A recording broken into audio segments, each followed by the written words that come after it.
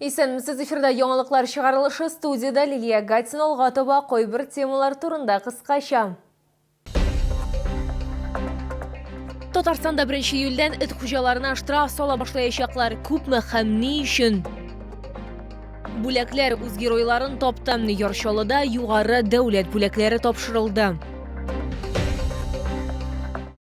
Аларның документлары чип. Татарстанда 1 июльдән эт хуҗаларына штраф сала башлаячаклар. Штрафлар суммасы 2000-нән 4000 сумга кадәр тәшкил итә.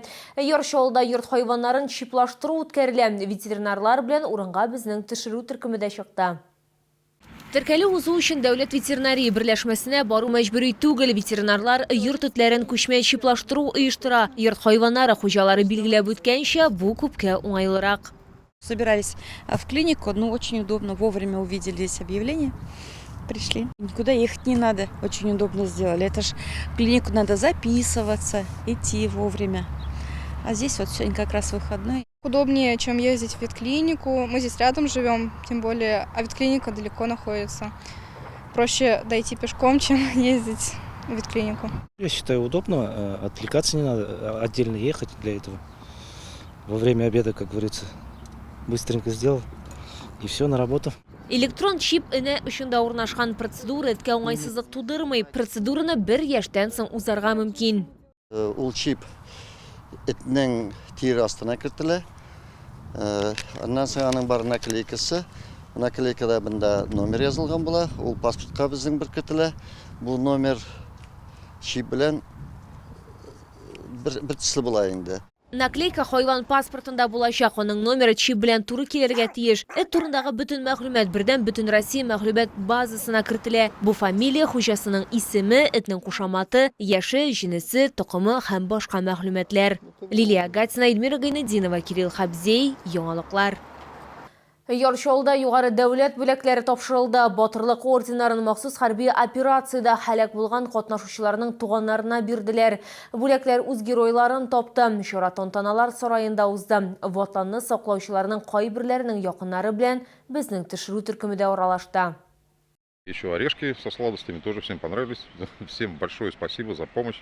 Бу Ираида Никитинның ире алгы сызыкта юллаган видеоларның берсе. Хәрби хезмәткәр туганнарына һәм волонтерларга гуманитар ярдәм өчен рәхмәт белдерә. Ира телешчә мобилизация барышында чакырылган. Ул Херсон һәм Донецк юнәлешләрендә сугышларда катнаша. Курск өлкәсен азат итүдә катнаша. Шунда һәлак була.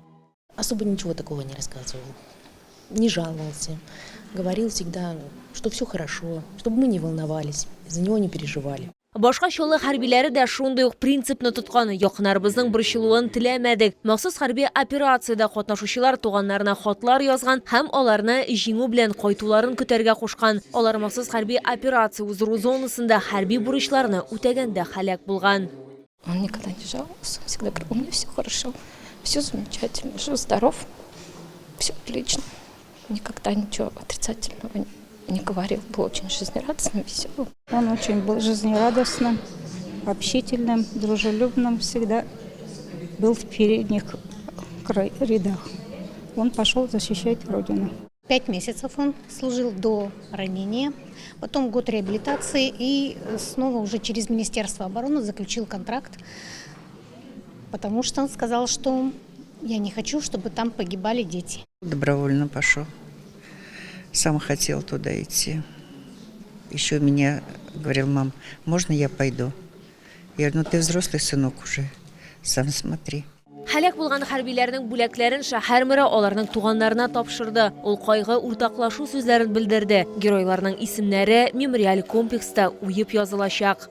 В ближайшее время мы с городским советом ветеранов и участников специальной военной операции приняли решение по установке памятника мемориала «Вечная мать». Безусловно, это напоминание нам на все времена. Һәлак булган хәрбиләрне 1 минут тынлык белән искә алдылар. Лилия Гатина, Эльмира Гайнетдинова, Кирилл Хабзей, яңалыклар. Татарстан матбугаты көнендә Казан медиа өлкәнең иң яхшы вакилләрен Бәллүр каләм конкурсының җиңүчеләрен бүләкләү тантанасына җыйды. Чара Камал театрының яңа бинасында узды. Кем иң яхшылар рәтендә керде? Бу хакта алдагы минутларда сөйләрбез.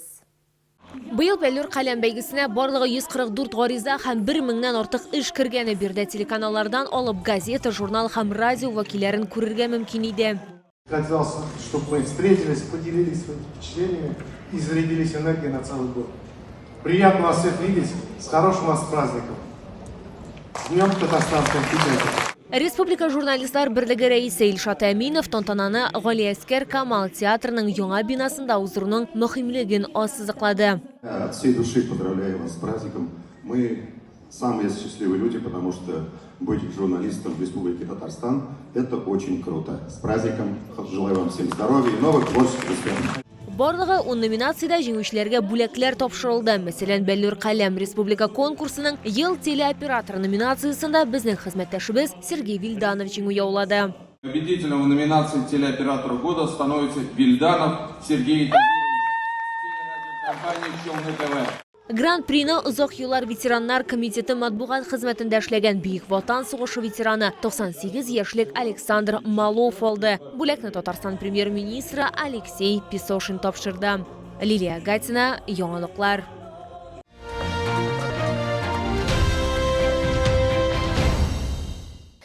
Җәйге ачык аяк киемнәре һәм сандалиялар актив ял итү өчен кедалар һәм кроссовкалар, шулай ук офис яки кичке чаралар өчен элегант лоферлар һәм туфлиләр. Белорус аяк киемнәре күргәзмә ярминкәсе Чаллы халкының үзенең язгы җәйге коллекциясе белән сөендерүен дәвам итә. Сезнең Муса Җәлил урамы 55Б Үзәкрәт сәүдә үзәге элекеге балалар дөньясы бинасы адресы буенча көтеп калалар. Моданың соңгы тенденцияләрен исәпкә алып әзерләнгән уникаль язгы җәйге коллекция. Данная модель выполнена из натуральной кожи ягненка. Это самая премиальная кожа.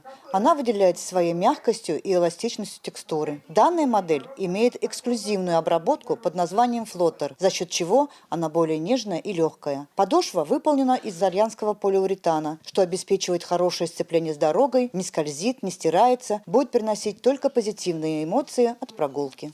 Аяк киемнәрнең киң ассортименты сезнең стильне ассызыклаячак һәм җылы көннәрдә максималь уңайлык тәэмин итәчәк. Йомшак материаллар, сыйфатлы күн һәм оригиналь детальләр һәр модельне үзенчәлекле һәм кабатланмас итә. 2 года назад была летнюю выбирала, сейчас вот на весну, на осень надо обувь. Вот пришла, выбрала. Муса Җәлил урамы 55Б Үзәкрәт сәүдә үзәге элекеге балалар дөньясы бинасы адресы буенча гардеробыгызны Белорус аяк киемнәре белән яңарту мөмкинлеген кулдан ычкындырмагыз.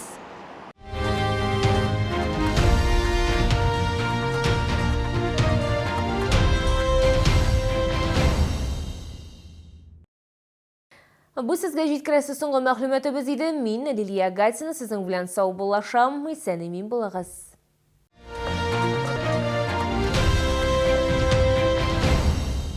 Только с 19 по 25 мая выставка-продажа саженцев плодово-ягодных культур от Новосибирского плодопитомника. В широком ассортименте новые сорта яблони, сливы, груши, малины. Ждем вас в ВЦ «Экспо Кама».